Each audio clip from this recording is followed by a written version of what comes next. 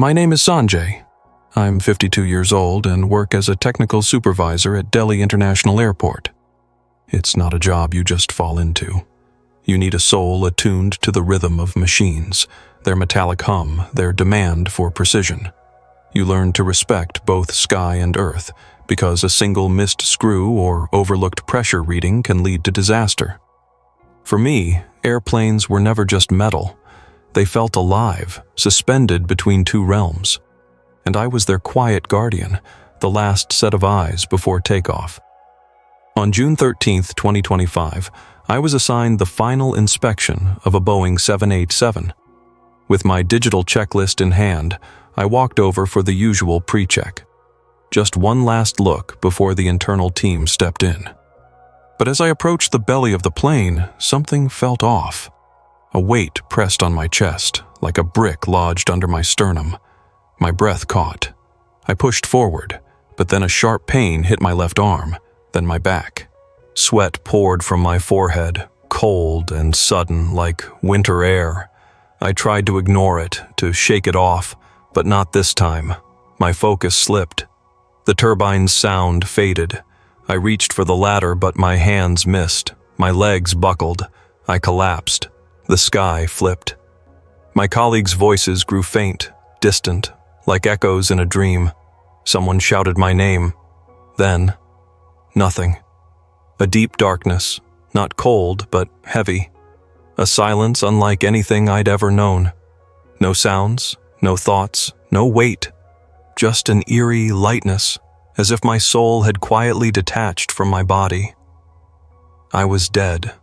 I knew it with a certainty that needed no confirmation.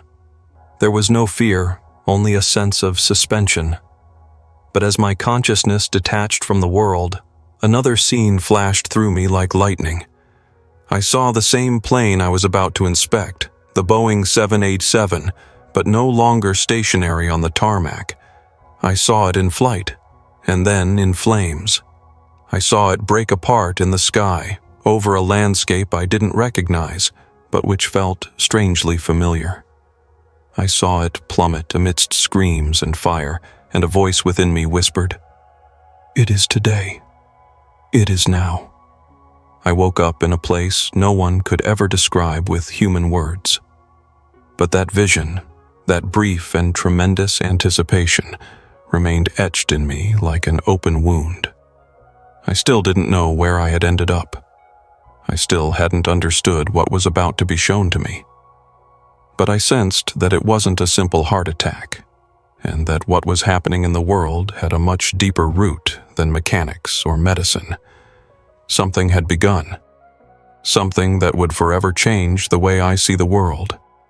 I don't know how to precisely describe what happened after my heart stopped beating, because it wasn't a dream, nor a hallucination, nor a complete detachment from my body as some mystical tales describe it.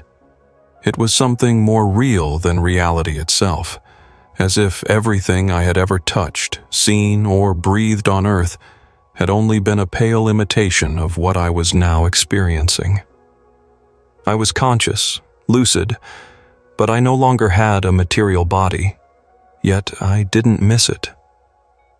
It was as if I had returned to my original essence, to the part of me that had always existed, but which I had always ignored, buried under worries, work, the expectations of others, and the noise of the world. The first thing I perceived was a light, not like that of the sun or a lamp, but a living, pulsating light that didn't blind me, but embraced me. A light that illuminated not only the space around me, but also my thoughts, my memories, even my faults. And it was in the midst of that light that I saw him. I cannot lie. At first I didn't recognize him, because it wasn't the image of Jesus I had seen in Christian books or films. It wasn't the white, bearded face I had associated with the religion of others. He was a man, yes, but not just a man. He was majestic, but not threatening. He exuded authority and sweetness together. His eyes didn't just look at me, they penetrated me. And as he looked at me, I felt myself being seen in every corner of my being, as if my every action, every thought, every omission or compromise were laid bare at that precise moment. Yet there was no condemnation in his eyes, only truth. A truth that did not seek to humble me, but to free me. I heard my name, Sanjay, pronounced with a voice that seemed to come not from outside, but from within me. And the moment I heard my name spoken by him, I understood that everything I had believed until that day, all my certainties, all my distance from that foreign figure, were collapsing. Jesus was real. Jesus was alive. He was the Lord of time and eternity, the Son of the living God. And at that moment I understood with a sweet and poignant anguish that he had known me my whole life, even when I wanted to know nothing of him. Without him saying a word, the scene changed before me as if reality were being turned inside out, like a page silently turning over. I saw a plane, but it was no longer on the tarmac at Delhi Airport. It was in flight, high but fragile. It was the Boeing 787, the one I was supposed to work on, or rather, an identical one, and although the scene was set in a place I didn't immediately recognize, I knew deep down it was India. It was today. It was the same day as my death. I saw the plane break apart, ignite the sky, shatter among the clouds, as if an invisible force had torn it from within. I saw the fire, the debris, the bodies, the pain. But what was shown to me immediately afterward was infinitely more disturbing. It wasn't just metal, smoke, and flames. It was as if the skin of the world tore open for a moment, revealing what hides behind every tragedy. I saw dark, undefinable, yet clearly conscious forms, moving like smoke endowed with will. They weren't simply presences, they were entities, spirits, not of this world. They were there, amidst the flames and laments, not to cause the accident. No, that had been caused by human choices, but to feed on the chaos, to amplify it, to infest vulnerable spirits with fear and despair. I turned to Jesus, and my soul trembled. I wanted to ask him why. I wanted to beg for answers, but I couldn't speak. And it was then that his voice reached me. It wasn't a sound.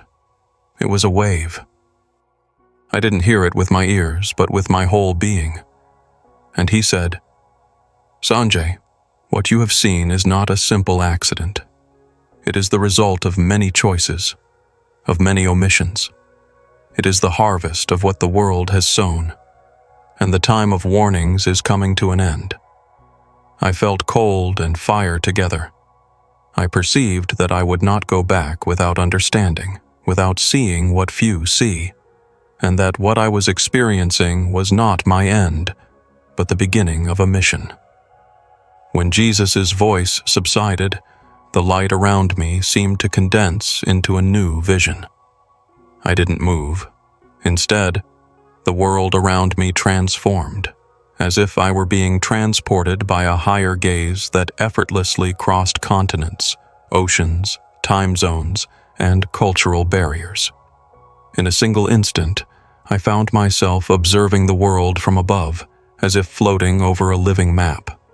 And as the scene focused, I knew with clarity where I was headed: the United States of America. It was as if the Spirit was telling me, "Look here, Sanjay. Here is the route."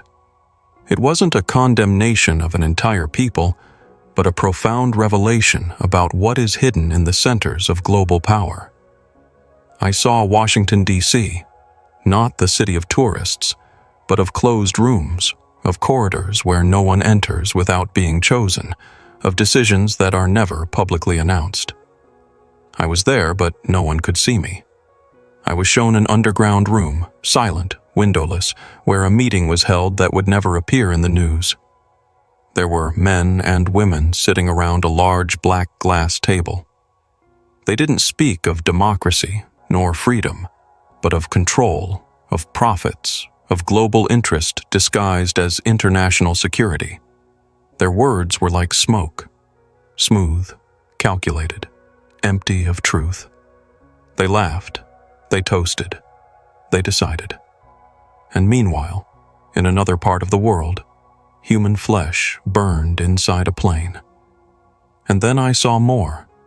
I saw how the choices made in those rooms propagated like waves, crossing seas and mountains to reach our airports, our laws, our economies. I saw the aviation multinationals. I saw the heads of large aeronautical companies making deals with those who decided international norms. I saw protocols quietly modified, safety systems simplified to save time, engineers silenced, and entire countries, like mine, pressured to sign contracts without having a say. Everything appeared technical, but behind every choice, behind every number, there was a spirit, an influence, an invisible voice that guided powerful men to prefer money over truth. Jesus, who stood beside me, did not look with hatred, but with deep bitterness. He said to me, "This is Babylon, Sanjay, and it has no single face. It is not a nation, but a spirit that lurks where the heart of man bends to power instead of to God." I then understood that America was not evil in itself, but had been used, or worse, had allowed itself to be used, to set the pace for a world that was drifting further and further from the light. It was not just a political or economic issue. It was spiritual. Behind every visible collapse, like the Boeing 787 that crashed that day, there is an invisible and more dangerous collapse, that of collective consciousness. And Jesus showed me another image. I saw an airport, but it was empty. The runways were sterile, without movement. But beneath the surface, as beneath a skin hiding an infection, shadow creatures stirred, deceptive spirits whispering to decision-makers, "Accelerate, reduce, cut, ignore." There were no shouts, only compromises, and each seemed small, insignificant, but together they created the perfect environment for disaster to happen. "They don't need to sabotage the plane," Jesus told me. "They just need to lead the human heart to close its eyes." Then I understood. The Boeing 787 disaster was not an accident. It was the sum of 1,000 corrupted choices, some made in the United States, others in my country, still others in places I will never know, but all united by a single root, the turning away from truth, from justice, from God. And as I remained silent, devastated by what I had seen, Jesus looked up towards the spiritual horizon, and his words were etched into my soul. What happens in the heavens is always preceded by what happens in the hearts. After seeing what moves in the halls of power, I thought nothing could surprise me anymore, that my heart was now saturated with bitterness, incapable of receiving anything but indignation and dismay. I had observed the darkness that invisibly snakes through the folds of global systems, and I had felt on my skin the gravity of a world slipping into darkness without realizing it. But Jesus, who stood beside me, never taking his gaze from me, knew that my soul also needed to see the light, not the artificial light of skyscrapers or spotlights, but the light that originates from the hearts of men, invisible to the eyes of the world, yet infinitely visible to heaven. It was then that the vision changed again. The darkness that enveloped cities, governments, and corrupt systems began to show subtle cracks, like fissures in a black wall. From these cracks emanated small lights, flickering, sometimes weak like embers about to die out, others more intense like lanterns in the wind. These lights were everywhere, in the most remote villages of India, in the dusty suburbs of Africa, in the forgotten peripheries of Latin America, and even among the shadows of Western metropolises, amidst towering buildings and lost souls. They were men and women who prayed, who loved God with simplicity, who resisted evil without proclamations, without power, without fanfare. Jesus pointed to one light in particular, and immediately I saw a tiny, almost bare room with a mattress on the floor and a barred window through which the morning light entered. There, kneeling, was an elderly woman. Her hair was ash gray, her back hunched, her hands clasped. She whispered words in a language I didn't know, but heaven understood them. She prayed. She prayed for the world, for her country, for the young, for sinners, for those who live without knowing they are in danger. Every word that came from her lips transformed into a tiny flame of light, and that light pushed back the darkness around the city. No one knew she existed. No one would ever thank her. Yet, she was holding up the wall. Then I saw a dilapidated church in a rural region where poverty was palpable. Inside, a handful of faithful sang softly, without instruments, without amplifiers, but with hearts full of hope. Their singing not only rose towards the ruined ceiling but penetrated the sky. Around them, in the visible world, there was nothing special. But in the spiritual world, they seemed like warriors, small, yes, but steadfast, and their faith was armor that no occult power could penetrate. I saw a young father forego a corrupt opportunity so as not to betray his conscience. I saw an exhausted mother read a passage of scripture to her sleeping child, unaware that those words would be eternal seeds. I saw an engineer who, instead of lying to please superiors, told the truth, even knowing he would lose the contract. And beside each of them, in the unseen reality, stood angels. Not the romantic ones from postcards, but pure beings, with wings that moved not in the wind, but in the will of God. They were there because those people had chosen the truth, and heaven protected those who chose to stand firm while everyone else bent. Jesus spoke to me again, and his voice was a mix of sweetness and authority. Without them, Sanjay, the world would already have been delivered to darkness. They are few, but they are steadfast. They are forgotten, but I know them.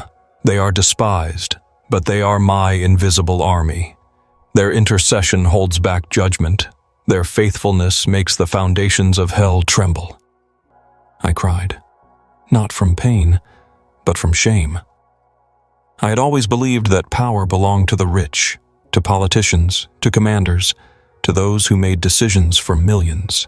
Instead, the true strength of the world was not in palaces, but in secrets, in gestures no one sees, in moral decisions made in silence, in prayers whispered at dawn or at night.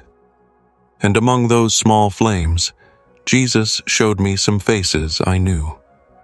A colleague I had mocked for his faith. A neighbor who, in silence, had prayed for me. My grandmother, dead for years, but whose prayers had never died and still fought for my soul in the invisible realm. Those lights, those souls, those small flames, they were the foundations of the world. And I had never realized it. I thought the vision of faithful souls was the culmination of the revelation. My heart was full, exhausted yet burning, as if every part of my consciousness had been flayed and then covered in fire and light. But Jesus, who walked with me through these dimensions that eluded time and space, was not yet finished showing me. He stopped. He looked at me with eyes in which the authority of the King and the tenderness of the Father coexisted. Then he extended his hand before him. Immediately the scenario changed, as if the veil of eternity was torn open again.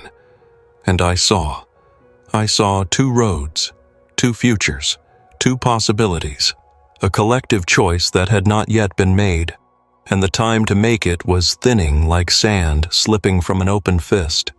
The first vision pierced me. It was a devastated world, yet strangely recognizable. The cities I knew, Delhi, Mumbai, New York, Paris, were still there, but they seemed emptied, like shells of civilization that had lost their soul. I saw riots in the streets, People walked with dull eyes, without trust, without memory. The violence was not just physical, it was spiritual. It was in the air. Families were divided. Generations looked at each other with suspicion. Children grew up not knowing what truth was. Schools taught lies packaged as freedom.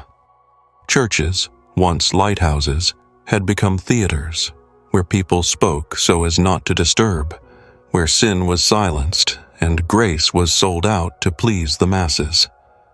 I saw spiritual leaders who had sold the word to remain popular, and others who, intimidated, had retreated into silence, while the world cried out for the desperate need of prophecy. Then I saw the heavens. It wasn't over. More planes were falling, not only in India, disasters everywhere. I saw America struck by unprecedented storms, earthquakes in lands believed safe, cities submerged by water, fire devouring entire neighborhoods, famines, new diseases, meteorite fragments crossing the sky like ignored warnings. But what terrified me wasn't the destruction. It was the apathy with which people embraced it. There were no prayers, only screens, complaints, and mutual accusations. Then Jesus showed me a secret council in the heart of Washington, where powerful figures laughed as they signed hidden agreements.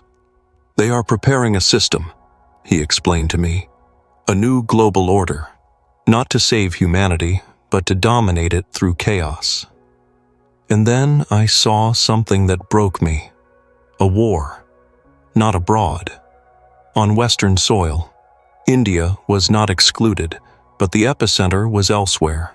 The United States, the land that had exported freedom, now burned.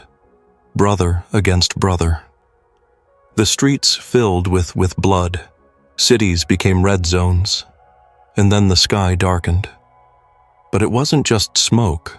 It was a spiritual darkness descending, as if humanity had legally given permission for darkness to enter. I trembled. Lord, is this the end? I asked him in a whisper. But he didn't answer. He just made a gesture, and the scene changed.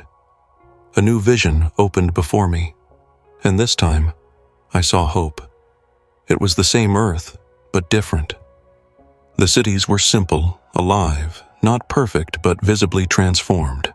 Families prayed. Parents taught their children to distinguish good from evil. Schools spoke of integrity. Churches were full, but not with spectators, with awakened souls, thirsty for truth. Pastors preached with fire, not out of fear, but out of love.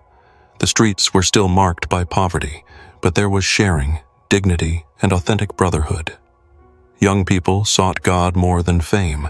The elderly recounted testimonies instead of regrets. And I also saw miracles. Not the exaggerated, showy ones, but real, profound, silent ones. I saw tumors dissolve during a prayer in a kitchen. I saw the blind regain their sight in a mud hut. I saw families reconcile with a single embrace. And I saw courageous men and women lead nations with knees bent to the ground and clean hands.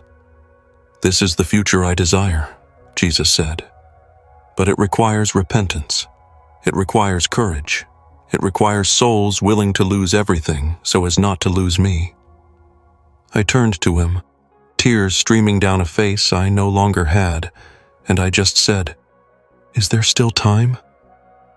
He looked at me, serious, solemn, and replied with a voice that still echoes in my spirit today. "The window is closing, Sanjay. The choice must be made now."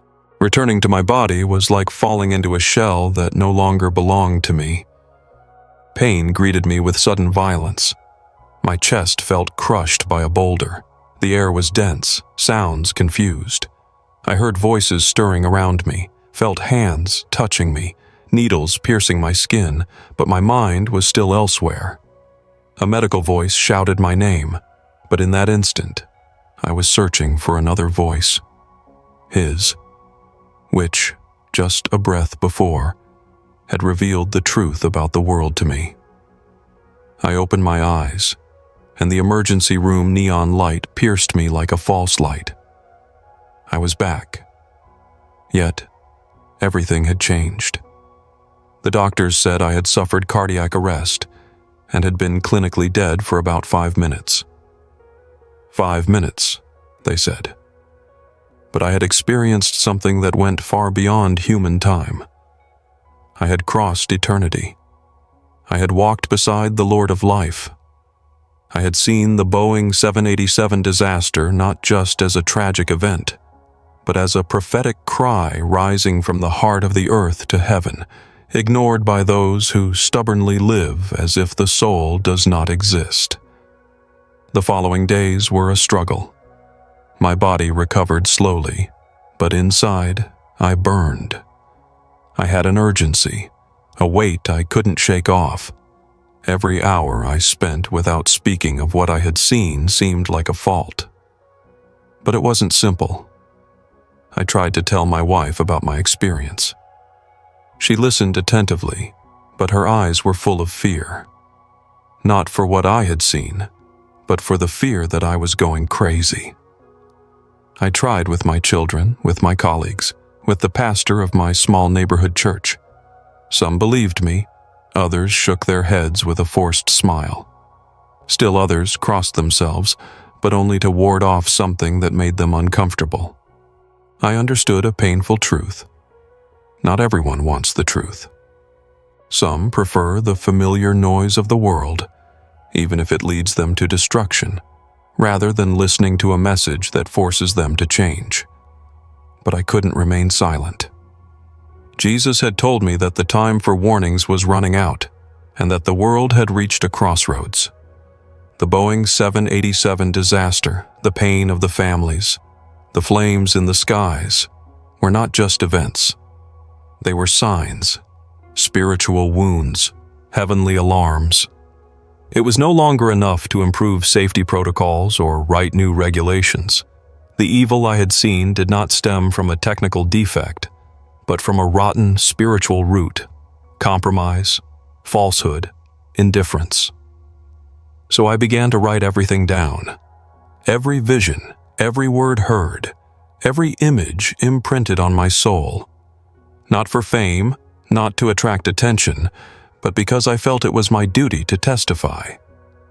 I went to my pastor and asked him to let me speak to the community. He gave me 20 minutes. I used 40. I told everything: my death, the encounter with Jesus, the 2 visions of the future, the spiritual war that surrounds us. In the end, in the hall, there was no sound. Some wept, others stared blankly. Some left skeptically, but others approached, trembling. One told me, "My heart felt you were telling the truth, even if my mind doesn't know how to accept it. It was there I understood. I don't have to convince anyone. I just have to tell, to obey, to sow. The rest is not up to me." I started speaking in small groups, in private homes, in schools. I recorded a video, which unexpectedly began to circulate. Some people started praying again after years. Others wrote to me saying they had stopped believing, but something in my words had deeply shaken them. They weren't numbers, they weren't crowds, they were souls, and for every soul awakened, the darkness receded a little. But even today, as I walk the streets of my city, I feel the urgency within me as if it were the first day. I feel the Spirit whispering that other signs will come, and that the next might not be a plane, but a city, a nation, an entire generation. Time is short. The 2 paths are still before us. The window is closing. Souls are tired, confused, but thirsty. And whoever has seen, who has truly seen, cannot remain silent. I am not a prophet. I am not a hero. I am a man who died for 5 minutes. But in those 5 minutes, Jesus showed me the heart of the world, and that heart is failing. But not all is lost. because there are still flames, there is still prayer, there is still hope, and as long as I have breath, I will tell everyone, don't wait for the next disaster to change. The awakening begins now. The return begins today. Don't be afraid of the truth. Be afraid only of living without it. With all our hearts, we thank you for staying with us until the end of this testimony. If you are still here, it's because something, perhaps a word, perhaps a vision, has deeply touched your spirit. And this is no coincidence. Now we ask you for a small gesture that can create a great wave. Write in the comments which nation you are listening from, so we can pray together for your people, for your land, for an awakening that starts right from there. If you haven't already, subscribe to the channel and activate the bell. Every day we share prophetic words, visions, and testimonies that are already igniting faith in thousands of hearts. But above all, don't keep this testimony to yourself. Share it with at least 3 people you love: friends, relatives, members of your church, or anyone who has drifted away from God. A simple gesture can rekindle hope, break inner chains, and bring a soul back into the Father's arms.